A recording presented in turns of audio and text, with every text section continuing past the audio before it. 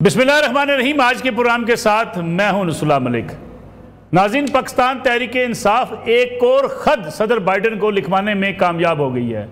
इन अरकान ने भी सदर बाइडन को ख़त लिखा है और ये कहा है कि पाकिस्तान में अमरीकी सफारत खाना इमरान खान साहब और उनके साथियों की रिहाई के लिए हुकूमत पाकिस्तान पर दबाव डाले।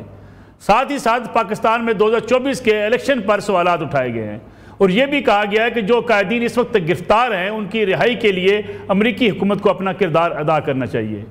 पाकिस्तान तहरीक इंसाफ के बाहर बैठे हुए कायदीन बारहा ये बात कह चुके हैं कि सदर डोनाल्ड ट्रंप के साथ भी उनकी बातचीत होगी और वो अपनी बातचीत में ये बात वाज़े करेंगे कि पाकिस्तान में इंसानी हकूक़ की खिलाफ वर्जी की जा रही है, जमहूरियत की पामाली हो रही है और अदलिया के ऊपर दबाव है। इसलिए पाकिस्तान में अमेरिका दबाव डाले और पाकिस्तान तहरीक इंसाफ के लिए रास्ता हमवार किया जाए। इस खत के अंदर बहुत सी तफसीलात का जिक्र किया गया है। 2024 के इंतखाबात के अलावा जो लोग गिरफ्तार किए गए और जिस तरीके से अदलिया में कानूनी तरामीम की गई उस पर भी बात की गई है। साथ ही साथ जो इस वक्त इस्लामाबाद में सफारत खाना है उससे भी कहा गया है कि क्योंकि आने वाले दिनों में तब्दीलियाँ भी हो सकती हैं। सदर ट्रंप से आने से पहले ये दो खत क्या पाकिस्तान की सियासत में जो बाइडन को मुदाखलत पर मजबूर कर सकते हैं, या इस वक्त अमरीकी की हुकूमत जो जाने वाली है, सदर बाइडन जा रहे हैं, सदर ट्रंप आ रहे हैं, उस वक्त तक इस मामले को नहीं छेड़ा जाएगा। साथ ही साथ तहरीक इंसाफ के ऊपर अब तनकीद भी हो रही है कि वो तहरीक इंसाफ जो अमेरिका से आज़ादी का बयानिया लेकर गली कूचों में फैली हुई है, वो दूसरी तरफ अमरीकी मुदाखलत चाहती है, पाकिस्तान में अमरीकी सफारत खाने का सियासी किरदार चाहती है।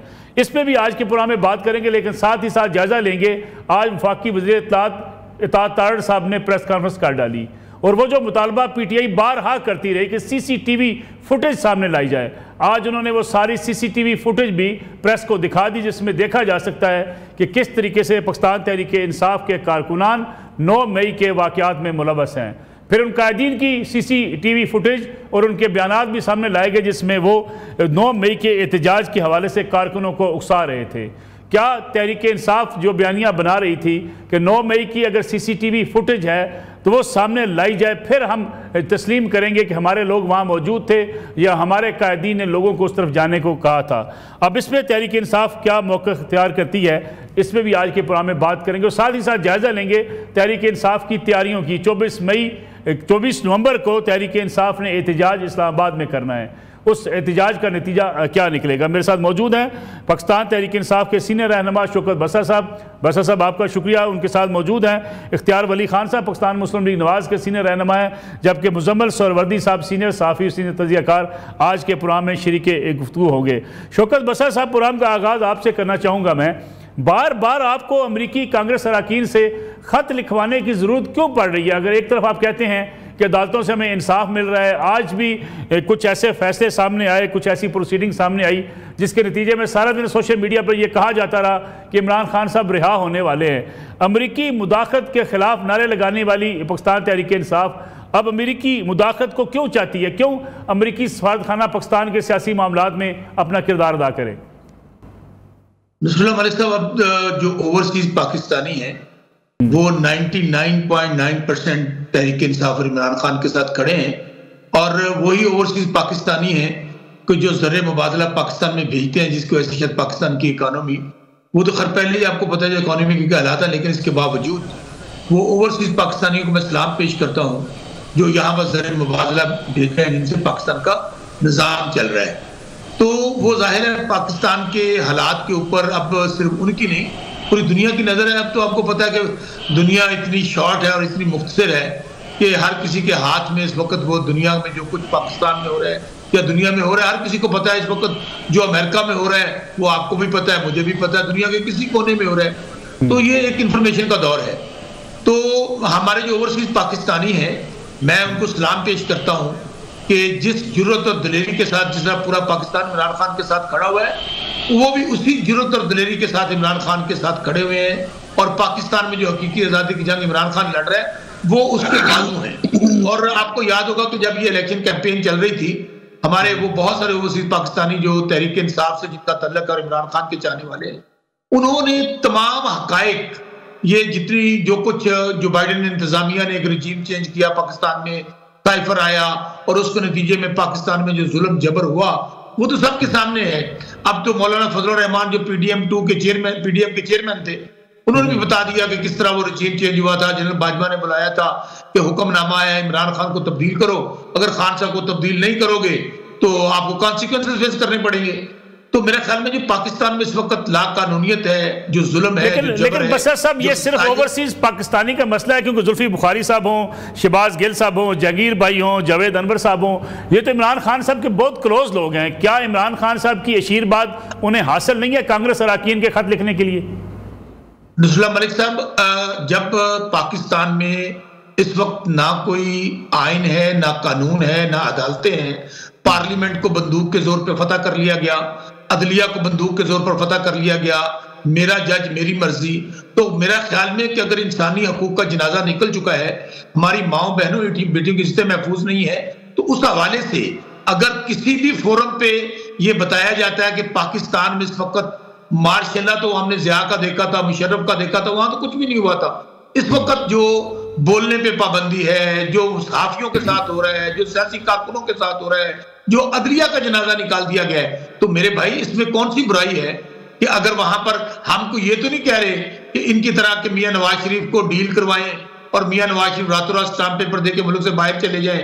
आपको याद होगा कि जब वहां पर हिलरी क्लिंटन की हुकूमत थी तो उन्होंने कहा था मेरी हुकूमत जाने में सिर्फ ऐसे बस, बल्कि वो जो उनके खामद हैं, नाम उनका ज़हन से निकल रहा है, उन्होंने कहा था मेरे हुकूमत जाने में 2 महीने बाकी हैं, तो नवाज शरीफ को फौरी तौर पर यहां से भिजवाया जाए और फिर डील करके बकायदा जो कहा गया कि जी पहले 5 साल की है, अभी 10 साल की है, तो ना हम डील चाहते हैं, ना हम किसी से मदद चाहते हैं। लेकिन मुदाखलत तो चाहते हैं ना बशर साहब, मुदाखलत चाहते हैं। अमरीकी सफारत खाने का क्या काम है कि वो पाकिस्तान की अदालतों पर या पाकिस्तान के हुकाम पर दबाव डाले?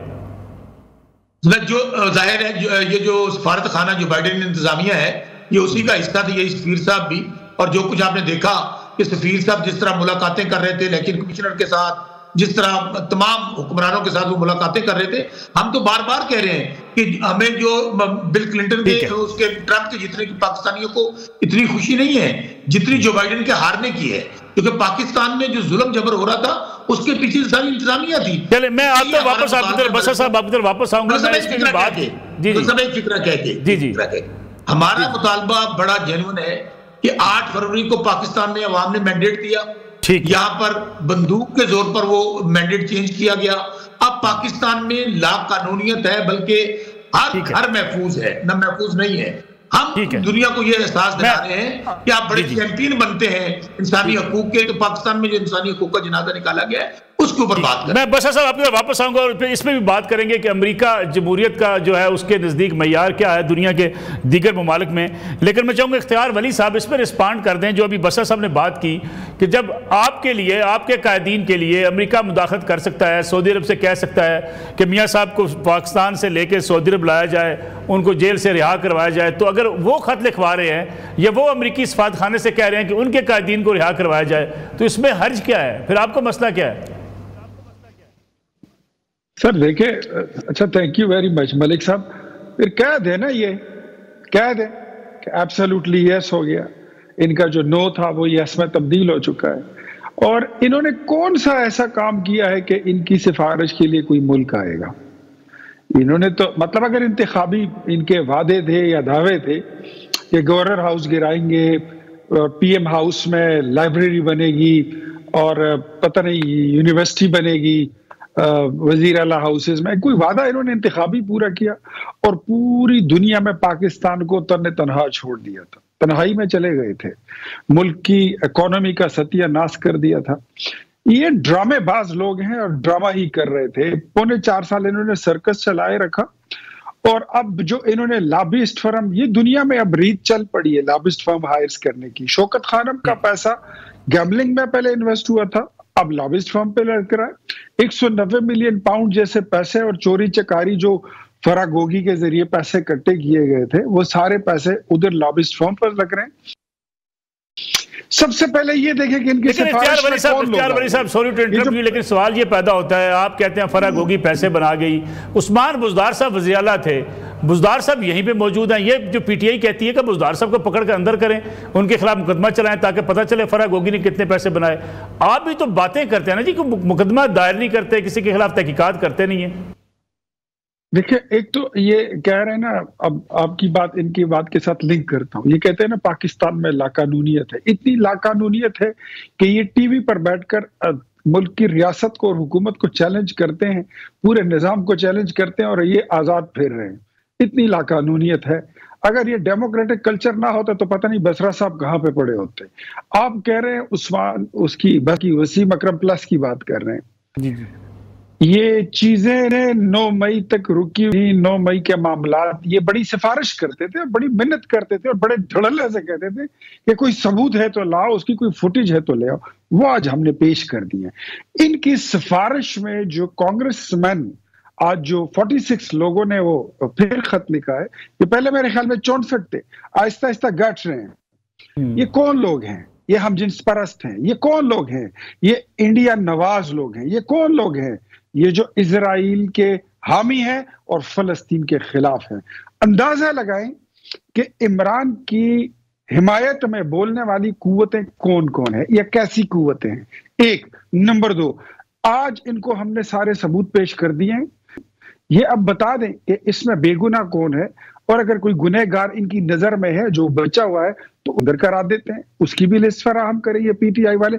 जहां तक ये इनकी 24 नवंबर की बात है, मेरे ख्याल में the game is over. Imran को पता चल गया कि आर्मी चीफ ने उसके साथ ना बैठना है ना बात करनी है, डीजीआई ने उसके साथ ना बैठना है ना बात करनी है, किसी ने इनको मुंह लगाने नहीं है। पॉलिटिकल ताकतों के साथ इन्होंने बैठना नहीं है क्योंकि ये पॉलिटिकल लोग नहीं है। इख्तियार वली साहब अगर बैठना नहीं है, मुज़ाकरात नहीं करने हैं, बातचीत नहीं होनी, तो वो तो 24 नवंबर को इस्लामाबाद आ रहे हैं। वो कहते हैं हम उठकर नहीं जाएंगे, इस्लामाबाद के ऊपर उनका कब्जा होगा, फिर क्या होगा? सर मेरी बात सुने, मैं बड़ा इसको इजी आपको आसान कर देता हूं। अगर ये पॉलिटिकल अपने राइट्स, डेमोक्रेटिक राइट्स एक्सरसाइज करने आएंगे तो दे विल बी वेलकम, इनको खुशामदीद कहा जाएगा। लेकिन जो तैयारी मेरी नॉलेज में है कि यहां पर इन्होंने तकरीबन 1 लाख असातिज़ा को सस्पेंड कर दिया है नौकरी से खैबर पख्तूनख्वा में, और उनको ब्लैकमेल किया जा रहा है सूबाई वजीर तालीम के जरिए। अगर आप अपनी रेस्टोरेशन चाहते हैं, अपग्रेडेशन चाहते हैं, तनख्वाहों की बहाली चाहते हैं, तो आप हमारी तहरीक में हमारे साथ शामिल होंगे। अदरवाइज इख्तियार वली साहब 1 लाख की फिगर दुरुस्त नहीं है, ये बहुत कम है जो लोग नौकरी से निकाले गए। लेकिन सवाल ये पैदा होता है कि अगर कोई नौकरी पर ना आए, कोई गैर हाजिर हो, ये तो इख्तियार देना हुकूमत को। जी जी सर मैं बताता हूँ वो जो असातिज़ा हैं उनकी तादाद जो है ना, वो तादाद उनकी 1 लाख नहीं, वो 1.5 लाख है, और उनकी एक तंजीम है। इससे पहले वो बनी गाला में एहतजाज कर चुके हैं, इससे पहले वो अडियाला जेल के सामने एहतजाज कर चुके हैं। दूसरी बात, इन्होंने शमशतु कैंप और जलोजाई कैंप से अफगान महाजिरीन की बुकिंग शुरू कर दी है। नंबर 3, टीएमएस खैबर पख्तूनख्वा के तमाम जितने क्लास 4 मुलाजिमीन हैं उनको हिदायत मिलनी शुरू हो गई है कि आपने हमारी तहरीक में चलना होगा, अदरवाइज फिर हम आपको नौकरी से आपको हाथ धोना पड़ेगा। अगर ये ऐसे अनासर को मिला के अपनी तहरीक चलाएंगे तो फिर जो रियासत की जिम्मेदारी है वो हमें पता है कि फिर किस तरह आप धमकी लगा रहे हैं। चले आता हूं वापस आपने इफ्तिखार वली साहब, आपने तो धमकी लगा दी ना।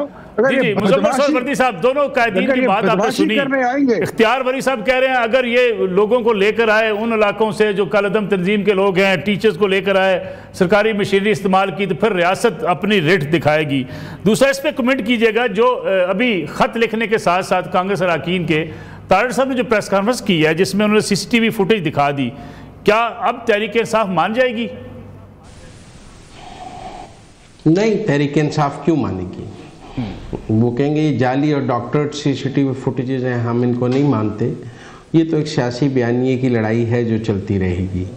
बाकी देखें, अगर तो इन्होंने अमेरिका में कोई लॉबिंग फर्म ना हायर की होती, इनके लोग वहाँ लॉबिंग ना कर रहे होते और ख़त इंडिजिनसली लिखे जा रहे होते, तो हम कहते जी कि वो अपने तौर पे लिख रहे हैं।